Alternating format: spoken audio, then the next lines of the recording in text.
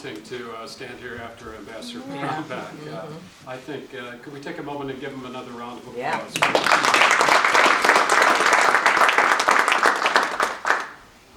I'd like to especially thank the Rumi Forum, the IRF Summit, and the National Museum of American invitation for the opportunity to be here tonight for this Iftar.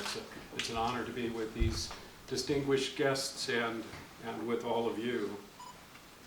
I'd like to talk a little bit about religious freedom from the perspective of my old profession, and that's my profession as a political philosopher. It was my privilege over 35 years to teach university students about human rights in that capacity. I would teach that there is a right way and a wrong way to think about rights. The wrong way is to imagine that rights are something like licenses that governments and states give us to have some kind of freedom under their authority. As I said, this is the wrong way to think about rights. The right way to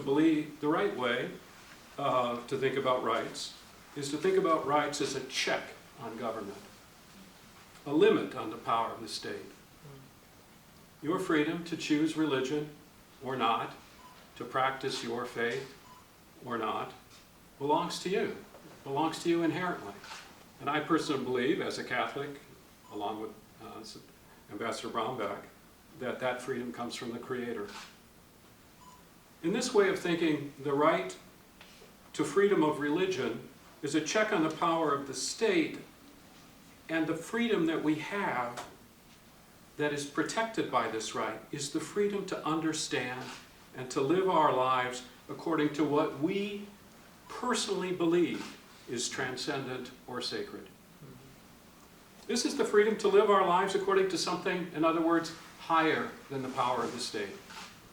To live our lives for something beyond government, beyond its laws. Which, of course, is why so many governments around the world fear religious freedom.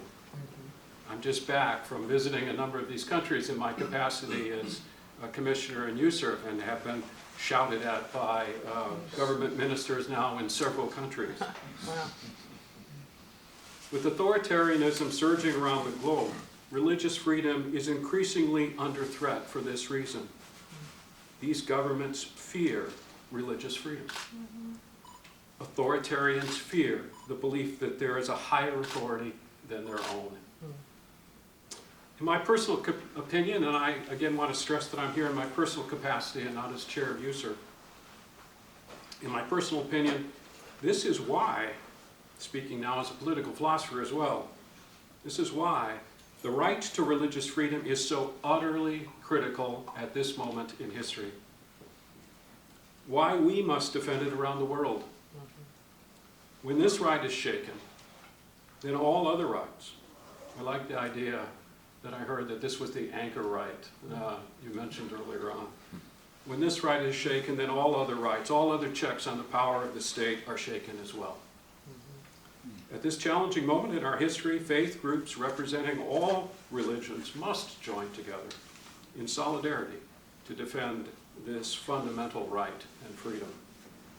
Once again, I thank the Rumi Forum and the IRF Summit and the National Museum on American Religion for the invitation to be here.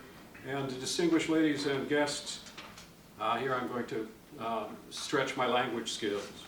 I wish you Ramadan Mubarak, Ramazan Kareem.